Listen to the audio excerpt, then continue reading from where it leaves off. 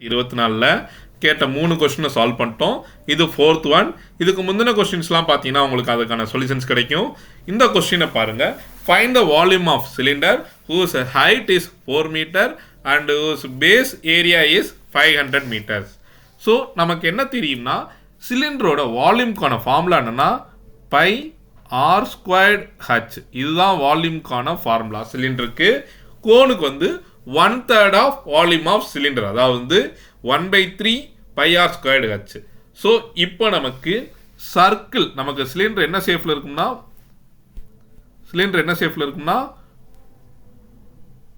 இந்த மாதிரி தான் இருக்கும் நமக்கு சிலிண்டரு.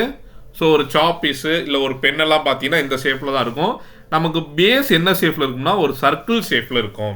ஸோ சர்க்கிள் ஷேப்பில் இருக்கும்போது நமக்கு ஏரியா ஃபார்முலா என்ன வரும்னா, ஏரியா ஆஃப் சர்க்கிள் என்ன ஃபார்முலானா A equal to pi r squared. சர்க்கிளோட ஏரியா என்னது பை ஆர் ஸ்கொயர்ட்.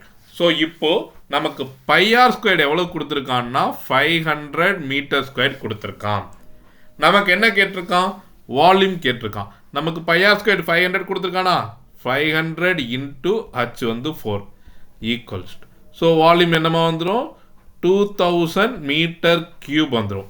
ஸோ இதில் நல்லா கவனிங்க, ஆன்சர் ஏ நமக்கு 2000 மீட்டர் கியூப் இருக்கு. இதுலேயே நமக்கு 2000 மீட்டர் ஸ்கொயர்டு கொடுத்துருந்தானா நம்ம டிக் பண்ணிடக்கூடாது. வால்யூம் எப்போதுமே கியூபிக் வால்யூமாக தான், கியூபிக் யூனிட்ஸாக தான் இருக்கும்.